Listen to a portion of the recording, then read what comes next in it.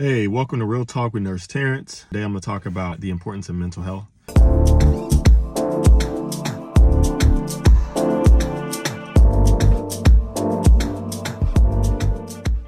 As a nurse, a lot of the times you suffer from exhaustion, burnout, fatigue, working shift work 3 days a week, a lot of the times 4 days a week to keep that extra money coming in can be quite overwhelming.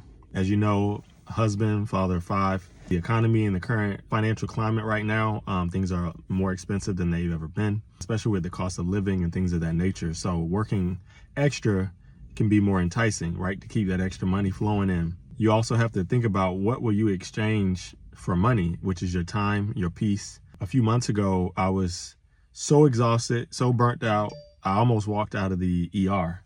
I was just working tirelessly 4 days a week. I needed a change of pace and a change of scenery. Working in the ER, you barely see sunlight.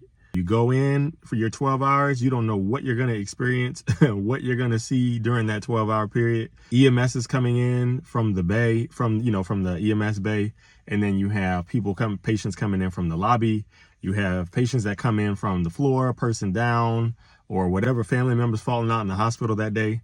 So you kind of get attacked from so many different ends and angles. And then, of course, leadership, administration pushing more on you you have to chart this. You need to document that. We have this new quality metric that we need you to meet. The way I see it with nursing, a lot of shit flows downhill. So a lot of moves are made up high at the top. With the executive leadership, they kind of just flow their way downhill. A lot of the times nurses, we end up taking most of the brunt of those rules, regulations, new requirements that are needed for the numbers to look good for the hospital, for the healthcare system that you work for. So I decided to make a completely different shift. Instead of working in the ER and the ICU and all these critical care environments, I changed pace. Now I'm kind of outpatient. I get a company car most days when I work. I'm in the sunlight now. Some days I'm just in an office and I see patients virtually. It's such a different change of pace for me. A lot of the times you don't realize that there are other options outside of inpatient nursing. There's a lot of options outside of working in critical care environments, especially with me starting nurse practitioner school.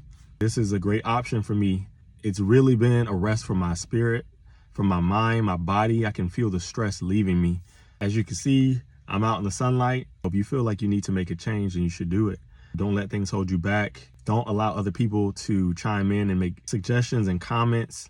It's okay to seek wisdom and advice and counsel, but you really need to learn how to listen to yourself and your spirit and your body. Allow yourself to explore different avenues and options so that you can find rest for your soul, so that you are able to have a peace of mind, so that you are able to have better health. I've been able to work out and go to the gym more. I've been able to focus on my diet more. I've been able to be more present with relationships, parents, with my wife, with my children, with friends. The communication is able to open up because time is back to me. I've been able to increase the amount of time that I have to do the things that I love. I think that's extremely important, especially when you're going into a new chapter of your life. For those of you nurses out there, or anybody who's listening to this that needs a change, just go ahead and do it.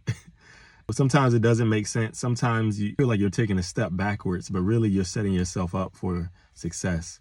I think of it like a slingshot. You get pulled back in order to launch forward. If that helps anybody, remember to comment, like, share, and subscribe. I'll see you on the next video.